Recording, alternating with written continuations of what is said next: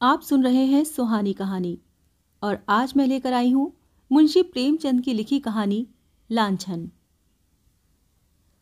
अगर संसार में ऐसा प्राणी होता जिसकी आंखें लोगों के हृदयों के भीतर घुस सकती तो ऐसे बहुत कम स्त्री पुरुष होंगे जो उसके सामने सीधी आंखें करके ताक सकते। महिला आश्रम की जुगनूबाई के विषय में लोगों की धारणा कुछ ऐसी ही हो गई थी। वो बेपढ़ी लिखी गरीब बूढ़ी औरत थी, देखने में बड़ी सरल, बड़ी हंसमुख, लेकिन जैसे किसी चतुर प्रूफ रीडर की निगाह गलतियों पर ही आ पड़ती है, उसी तरह उसकी आंखें भी बुराइयों ही पर पहुंच जाती थीं। शहर में ऐसी कोई महिला न थी जिसके विषय में दो चार लुकी छिपी बातें उसे न मालूम हों। उसका ठिगना स्थूल शरीर, सिर के खिचड़ी बाल, गोल मुंह, फूले फूले गाल, छोटी छोटी आंखें उसके स्वभाव की प्रखरता और तेजी पर पर्दा सा डाले रहती थीं। लेकिन जब वो किसी की कुत्सा करने लगती तो उसकी आकृति कठोर हो जाती, आंखें फैल जाती और कंठ स्वर कर्कश हो जाता। उसकी चाल में बिल्लियों का सा संयम था। दबे पांव धीरे धीरे चलती, पर शिकार की आहट पाते ही जस्त मारने को तैयार हो जाती थी। उसका काम था महिला आश्रम में महिलाओं की सेवा टहल करना, पर महिलाएं उसकी सूरत से कांपती थीं। उसका आतंक था कि ज्यों ही वो कमरे में कदम रखती, ओठों पर खेलती हुई हंसी जैसे रो पड़ती थी, चहकने वाली आवाजें जैसे बुझ जाती थीं, मानो उनके मुख पर लोगों को अपने पिछले रहस्य अंकित नजर आते हों। पिछले रहस्य। कौन है जो अपने अतीत को किसी भयंकर जंतु के समान कटघरों में बंद करके न रखना चाहता हो। धनियों को चोरों के भय से निद्रा नहीं आती, मानियों को उसी भांति मान की रक्षा करनी पड़ती है। वो जंतु जो पहले कीट के समान अल्पाकार रहा हो, दिनों के साथ दीर्घ और सबल होता जाता है। यहाँ तक हम उसकी याद से ही कांप उठते हैं, और अपने ही कारनामों की बात होती तो अधिकांश देवियां जुगनू को दुत्कारती, पर यहाँ तो मैके, ससुराल, ननिहाल, ददिहाल, फुफियाल और मौसियाल चारों ओर की रक्षा करनी थी। और जिस किले में इतने द्वार हों उसकी रक्षा भला कौन कर सकता है। वहां तो हमला करने वाले के सामने मस्तक झुकाने में ही कुशल है। जुगनू के दिल में हजारों मुर्दे गढ़े पड़े थे और वो जरूरत पड़ने पर उन्हें उखाड़ दिया करती थी। जहां किसी महिला ने दून की ली या शान दिखाई, वहां जुगनू की त्योरियां बदलीं। उसकी एक कड़ी निगाह अच्छे अच्छे को दहला देती थी, मगर ये बात न थी कि स्त्रियां उससे घृणा करती हों। नहीं, सभी बड़े चाव से उससे मिलती और उसका आदर सत्कार करती। अपने पड़ोसियों की निंदा सनातन से मनुष्य के लिए मनोरंजन का विषय रही है, और जुगनू के पास इसका काफी सामान था। नगर में इंदुमती महिला पाठशाला नाम का एक लड़कियों का हाई स्कूल था। हाल में मिस खुर्शीद उसकी हेड मिस्ट्रेस होकर आई थी। शहर में महिलाओं का दूसरा क्लब न था। मिस खुर्शीद एक दिन आश्रम में आई। ऐसे ऊंचे दर्जे की शिक्षा पाई हुई आश्रम में कोई देवी न थी। उनकी बड़ी आवभगत हुई। पहले ही दिन मालूम हो गया मिस खुर्शीद के आने से आश्रम में एक नए जीवन का संचार होगा। कुछ इस तरह दिल खोलकर हर एक से मिली, कुछ ऐसी दिलचस्प बातें की कि सभी देवियां मुग्ध हो गईं। गाने में चतुर थीं, व्याख्यान भी खूब देती थीं, और अभिनय कला में तो उन्होंने लंदन में नाम कमा लिया था। ऐसी सर्वगुण संपन्न देवी का आना आश्रम का सौभाग्य था। गुलाबी गोरा रंग, कोमल गाल, मद भरी आंखें, नए फैशन के कटे हुए केश, एक एक अंग सांचे में ढला हुआ। मादकता की इससे अच्छी प्रतिमा न बन सकती थी। चलते समय मिस खुर्शीद ने मिसेस टंडन को, जो आश्रम की प्रधान थीं, एकांत में बुलाकर पूछा, वो बुढ़िया कौन है? जुगनू कई बार कमरे में आकर मिस खुर्शीद को अन्वेषण की आंखों से देख चुकी थी, मानो कोई शहसवार किसी नई घोड़ी को देख रहा हो। मिसेस टंडन ने मुस्कुरा कर कहा, यहाँ ऊपर का काम करने के लिए नौकर है, कोई काम हो तो बुलाऊं? मिस खुर्शीद ने धन्यवाद देकर कहा, जी नहीं, कोई विशेष काम नहीं है। मुझे चालबाज मालूम होती है। ये भी देख रही हूं कि वो सेविका नहीं स्वामिनी है। मिसेस टंडन तो जुगनू से जली बैठी ही थी। इनके वैधव्य को लांछित करने के लिए वो उन्हें सदा सुहागिन कहा करती थी। मिस खुर्शीद से उसकी जितनी बुराई हो सकी वो की और उससे सचेत रहने का आदेश दिया।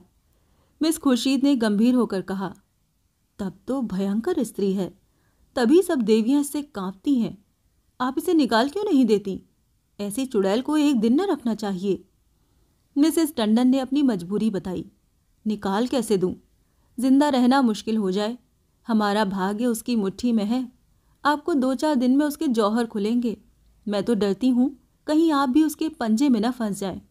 उसके सामने भूलकर भी किसी पुरुष से बातें न कीजिएगा। इसके गोयंदे न जाने कहाँ कहाँ लगे हुए हैं। नौकर से मिलकर भेद ये ले, डाकिये से मिलकर चिट्ठियाँ ये देखे, लड़कों को फुसलाकर घर का हाल ये पूछे। इस रांड को खुफिया पुलिस में जाना चाहिए था। यहाँ न जाने क्यों आ मरी। मिस खुर्शीद चिंतित हो गईं, मानो इस समय समस्या को हल करने की फिक्र में हो। एक क्षण बाद बोली, अच्छा, मैं इसे ठीक करूंगी। अगर ना निकाल दूं तो कहना। मिसेस टंडन, निकाल देने से ही क्या होगा? उसकी जबान तो न बंद होगी। तब तो वो और निडर होकर कीचड़ फेंकेगी। मिस खुर्शीद ने निश्चिंत स्वर में कहा, मैं उसकी जबान भी बंद कर दूंगी बहन, आप देख लीजिएगा। टके की औरत यहाँ बादशाहत कर रही है। मैं ये बर्दाश्त नहीं कर सकती। वो चली गई तो मिसेस टंडन ने जुगनू को बुलाकर कहा, इस नई मेम साहब को देख, यहाँ प्रिंसिपल हैं। जुगनू ने द्वेष भरे स्वर में कहा, आप देखें, मैं ऐसी सैकड़ों छोकरियां देख चुकी हूँ, आंखों का पानी जैसे मर गया हो। मिसेस टंडन धीरे से बोली, तुम्हें कच्चा ही खा जाएंगी। उनसे डरती रहना। कह गई हैं मैं इसे ठीक करके छोड़ूंगी। मैंने सोचा तुम्हें चेता दूं, ऐसा न हो उसके सामने कुछ ऐसी वैसी बातें कह बैठो। जुगनू ने मानो तलवार खींचकर कहा, मुझे चेताने का काम नहीं, उन्हें चेता दीजिए। यहाँ का आना न बंद कर दूं तो अपने बाप की नहीं। वो घूम कर दुनिया देख आई है तो यहाँ घर बैठे दुनिया देख चुकी हूँ। मिसेस टंडन ने पीठ ठोकी, मैंने समझा दिया भाई, आगे तुम जानो, तुम्हारा काम जाने। जुगनू, आप चुपचाप देखती जाइए, कैसा तिगनी का नाच नचाती हूँ। इसने अब तक ब्याह क्यों नहीं किया? उम्र तो 30 के लगभग होगी। मिसेस टंडन ने रद्दा जमाया। कहती है मैं शादी करना ही नहीं चाहती, किसी पुरुष के हाथ क्यों अपनी आज़ादी बेचूं? जुगनू ने आंखें नचाकर कहा, कोई पूछता ही न होगा, ऐसी बहुत सी कुआरियां देख चुकी हूं। 70 चूहे खाकर बिल्ली हज को चली। और कई लड़कियां आ गईं और बात का सिलसिला बंद हो गया। दूसरे दिन सवेरे जुगनू मिस खुर्शीद के बंगले पर पहुंची। मिस खुर्शीद हवा खाने गई हुई थी। खानसामा ने पूछा, कहाँ से आई हो? जुगनू ने कहा, यहीं रहती हूँ बेटा। मेम साहब कहाँ से आई हैं? तुम तो इनके पुराने नौकर होंगे। नागपुर से आई हैं, मेरा घर भी वहीं है। 10 साल से इनके साथ हूँ। किसी ऊंचे खानदान की होंगी, वो तो रंग ढंग से ही मालूम होता है। खानदान तो कुछ ऐसा ऊंचा नहीं, हाँ तकदीर की अच्छी हैं। इनकी माँ अभी तक मिशन में 30 रुपया पाती हैं। ये पढ़ने में तेज थी, वजीफा मिल गया, विलायत चली गई, बस तकदीर खुल गई। अब तो अपनी माँ को बुलाने वाली हैं, लेकिन वो बुढ़िया शायद ही आए। ये गिरजे विरजे नहीं जाती, इससे दोनों में पटती नहीं। जुगनू बोली, मिजाज की तेज मालूम होती हैं। नहीं, यूं तो बहुत नेक हैं, गिरजे नहीं जाती। तुम क्या नौकरी की तलाश में हो? करना चाहो तो कर लो। एक आया रखना चाहती हैं। नहीं बेटा, मैं अब क्या नौकरी करूंगी। इस बंगले में पहले जो मेम साहब रहती थी वो मुझ पर बड़ी निगाह रखती थी। मैंने समझा चलो नई मेम साहब को आशीर्वाद दे आऊं। ये आशीर्वाद लेने वाली मेम साहब नहीं है। ऐसे लोगों से तो बहुत चिढ़ती हैं। कोई मंगता आया और उसे डांट बताई, कहती हैं बिना काम किए किसी को जिंदा रहने का हक नहीं है। भला चाहती हो तो चुपके से रह लो। जुगनू ने कहा, तो ये कहो इनका कोई धर्म करम नहीं, फिर भला गरीबों पर क्यों दया करने लगी? जुगनू को अपनी दीवार खड़ी करने के लिए काफी सामान मिल गया। नीच खानदान की है, माँ से नहीं पटती, धर्म से विमुख है। पहले धावे में इतनी सफलता कुछ कम न थी। चलते चलते खानसामा से इतना और पूछा, इनके साहब क्या करते हैं? खानसामा ने मुस्कुरा कर कहा, इनकी तो अभी शादी ही नहीं हुई, साहब कहाँ से होंगे? जुगनू ने बनावटी आश्चर्य से कहा, अरे अब तक ब्याह ही नहीं हुआ? हमारे यहाँ तो दुनिया हंसने लगे। खानसामा बोला, अपना अपना रिवाज है भाई, इनके यहाँ तो कितनी ही औरतें उम्र भर ब्याह नहीं करती। जुगनू ने मार्मिक भाव से कहा, ऐसी कुआरियों को मैं बहुत देख चुकी, हमारी बिरादरी में कोई इस तना रहे तो थोड़ी थोड़ी हो जाए, मुदा इनके यहाँ जो जियाए करे कोई नहीं पूछता। इतने में मिस खुर्शीद आ पहुंची। गुलाबी जाड़ा पड़ने लगा था। मिस साहब साड़ी के ऊपर ओवरकोट पहने हुए थीं। एक हाथ में छतरी थी, दूसरे में छोटे कुत्ते की जंजीर। प्रभात की शीतल वायु में व्यायाम ने कपोलों को ताज़ा और सुर्ख कर दिया था। जुगनू ने झुककर सलाम किया, पर उन्होंने उसे देखकर भी न देखा। अंदर आते ही खानसामा को बुलाकर पूछा, ये औरत क्या करने आई है? खानसामा ने जूते का फीता खोलते हुए कहा, भिखारिन है हुजूर, पर औरत समझदार है। मैंने कहा यहाँ नौकरी करेगी तो राजी नहीं हुई। पूछने लगी इनके साहब क्या करते हैं। तब मैंने बता दिया तो इसे बड़ा ताज्जुब हुआ, और होना ही चाहिए। हिंदुओं में तो दूध मुहे बालकों तक का विवाह हो जाता है। खुर्शीद ने जांच की। और क्या कहती थी? और तो कोई बात नहीं हुई हुजूर। अच्छा, उसे मेरे पास भेज दो। जुगनू ने ज्यों ही कमरे में कदम रखा, मिस खुर्शीद ने कुर्सी से उठकर स्वागत किया। आइए माँ जी, मैं ज़रा सैर करने चली गई थी। आपके आश्रम में तो सब कुशल है? जुगनू एक कुर्सी का तकिया पकड़कर खड़ी खड़ी ही बोली, कुशल है मिस साहब। मैंने कहा आपको आशीर्वाद दे आऊं। मैं आपकी चेरी हूँ। जब कोई काम पड़े मुझे याद कीजिएगा। यहाँ अकेले तो हुजूर को अच्छा न लगता होगा। मिस खुर्शीद बोली, मुझे अपने स्कूल की लड़कियों के साथ बड़ा आनंद मिलता है। वो सब मेरी ही लड़कियां हैं। जुगनू ने मातृभाव से सिर हिलाकर कहा, ये ठीक है मिस साहब, पर अपना अपना ही है। दूसरा अपना हो जाए तो अपनों के लिए कोई क्यों रोए। सहसा एक सुंदर सजीला युवक रेशमी सूट धारण किए जूते चरमर करता हुआ अंदर आया। मिस खुर्शीद ने इस तरह दौड़कर प्रेम से उसका अभिवादन किया मानो जामे में फूली न समाती हो। जुगनू उसे देखकर कोने में दुबक गई। खुर्शीद ने युवक से गले मिलकर कहा, प्यारे, मैं कब से तुम्हारी राह देख रही हूं। जुगनू की तरफ देखकर बोली, माँ जी आप जाएं, फिर कभी आना। ये हमारे परम मित्र विलियम किंग हैं। हम और ये बहुत दिनों तक साथ साथ पड़े हैं। जुगनू चुपके से निकलकर बाहर आ गई। खानसामा खड़ा था। पूछा, ये लौंडा कौन है? खानसामे ने सिर हिलाकर बोला, मैंने इसे आज ही देखा है। शायद अब कुंवारेपन से जी उबा। अच्छा तरहदार जवान है। जुगनू, दोनों इस तरह टूटकर गले मिले हैं कि मैं तो लाज के मारे गड़ गई। ऐसी चुम्मा चाटी तो जोरू खसम में नहीं होती। दोनों लिपट गए। लौंडा तो मुझे देखकर कुछ झिझकता था, पर तुम्हारी मिस साहब तो जैसे मतवाली ही हो गई थी। खानसामे ने मानो अमंगल के आभास से कहा, मुझे तो कुछ बेढब मामला नजर आता है। जुगनू तो यहां से सीधे मिसेस टंडन के घर पहुंची। इधर मिस खुर्शीद और युवक में बातें होने लगी। मिस खुर्शीद ने कहकहा मार कर कहा, तुमने अपना पार्ट खूब खेला लीला। बुढ़िया सचमुच चौंधिया गई। लीला, मैं तो डर रही थी कि कहीं बुढ़िया भांप न जाए। मिस खुर्शीद, मुझे विश्वास था वो आज जरूर आएगी। मैंने दूर से ही उसे बरामदे में देखा और तुम्हें सूचना दी। आज आश्रम में बड़े मजे रहेंगे। जी चाहता है महिलाओं की कन्फुसियां सुनती। देख लेना, सभी उसकी बातों पर विश्वास कर लेंगी। लीला, तुम तो जानबूझकर दलदल में पांव रख रही हो। मुझे अभिनय में बड़ा मजा आता है लीला। दिल लगी रहेगी। बुढ़िया ने बड़ा जुल्म कर रखा है। जरा उसे सबक देना चाहती हूँ। कल तुम इसी वक्त इसी ठाट से फिर आ जाना। बुढ़िया कल फिर आएगी। उसके पेट में पानी ना हजम होगा। नहीं, ऐसा क्यों? जिस वक्त वो आएगी मैं तुम्हें खबर दे दूंगी। बस तुम छैला बनी हुई पहुंच जाना। आश्रम में उस दिन जुगनू को दम मारने की फुर्सत न मिली। उसने सारा वृतांत मिसेस टंडन से कहा। मिसेस टंडन दौड़ी हुई आश्रम पहुंची और अन्य महिलाओं को खबर सुनाई। जुगनू उसकी तस्दीक करने के लिए बुलाई गई। जो महिला आती वो जुगनू के मुंह से ये कथा सुनती। हर एक रिहर्सल में कुछ कुछ रंग और चढ़ जाता। यहाँ तक कि दोपहर होते होते सारे शहर के सभ्य समाज में वो खबर गूंज उठी। एक देवी ने पूछा, ये युवक है कौन? मिसेस टंडन, सुना तो उनके साथ का पढ़ा हुआ है। दोनों में पहले से कुछ बातचीत रही होगी। वही तो मैं कहती थी कि इतनी उम्र हो गई, ये कुंवारी कैसे बैठी है? आप गलाई खुली। जुगनू, और कुछ हो या ना हो, जवान तो बांका है। टंडन, ये हमारी विद्वान बहनों का हाल है। जुगनू, मैं तो उसकी सूरत देखते ही ताड़ गई थी, धूप में बाल नहीं सफेद किए।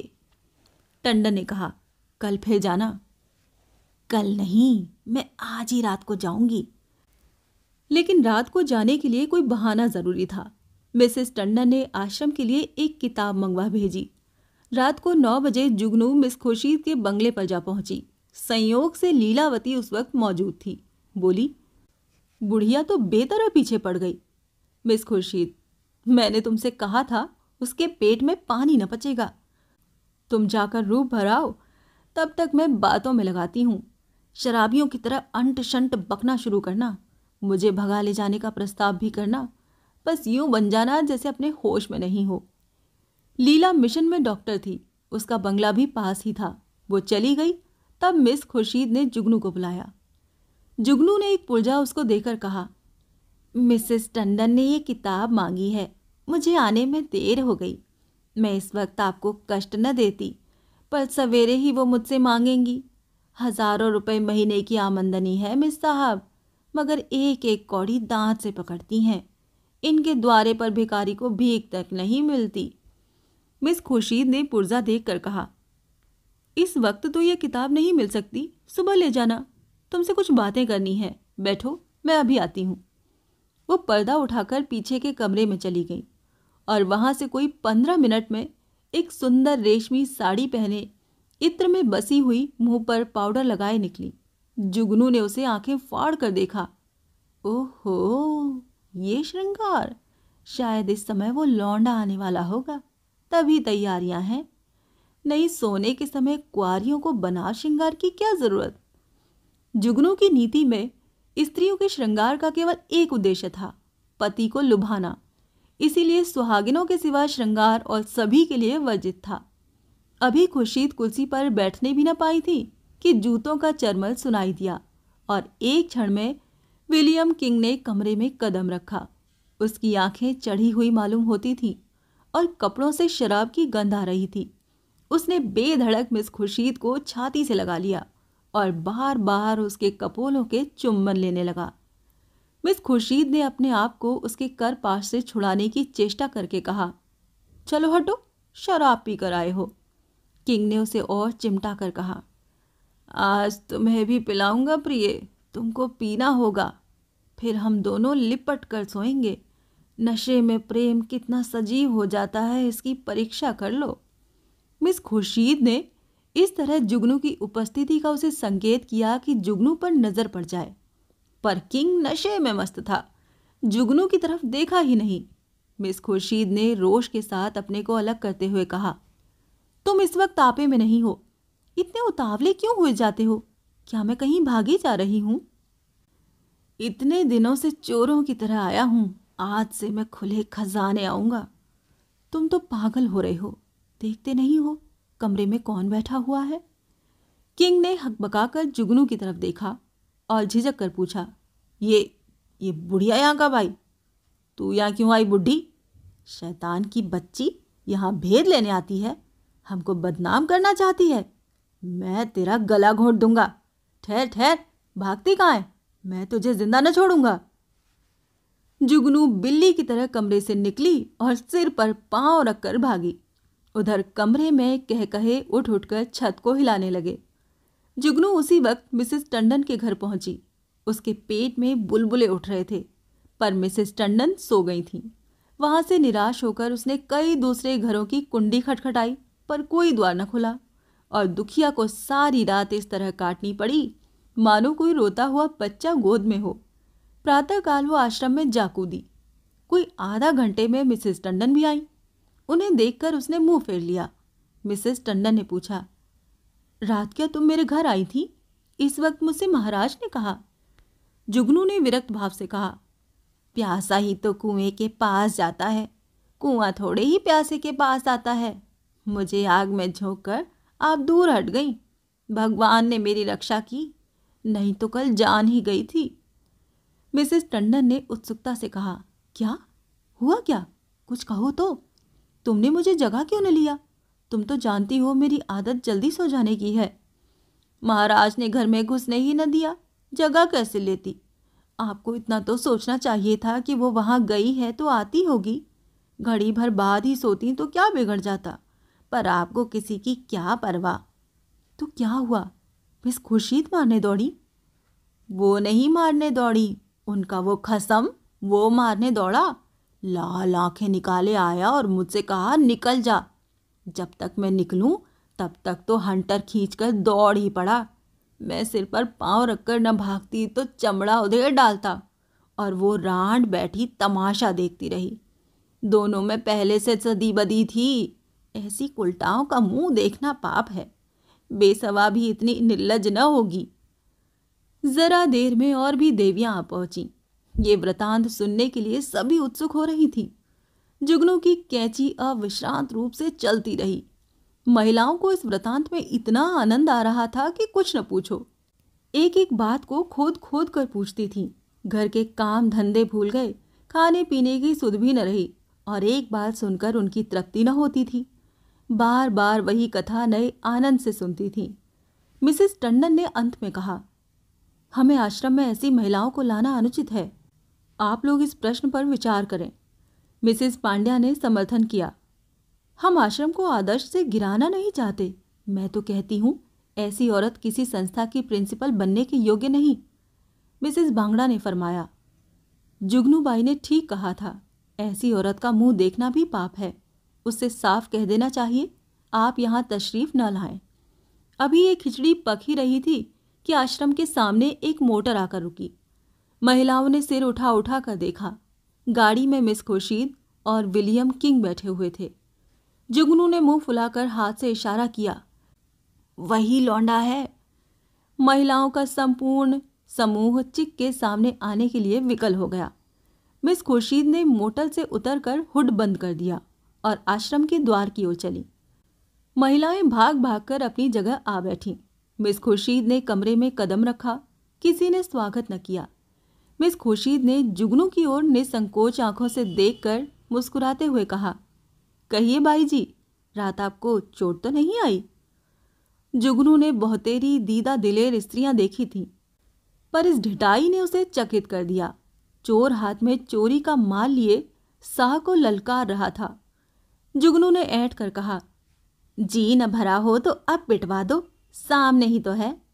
खुर्शीद, वो इस वक्त तुमसे अपना अपराध क्षमा कराने आए हैं।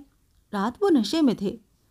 जुगनू ने मिसेस टंडन की ओर देखकर कहा, और आप भी तो कुछ कम नशे में नहीं थी। खुर्शीद ने व्यंग समझकर कहा, मैंने आज तक कभी नहीं पी। मुझ पर झूठा इल्जाम मत लगाओ। जुगनू ने लाठी मारी। शराब से भी बड़ी नशे की चीज है कोई?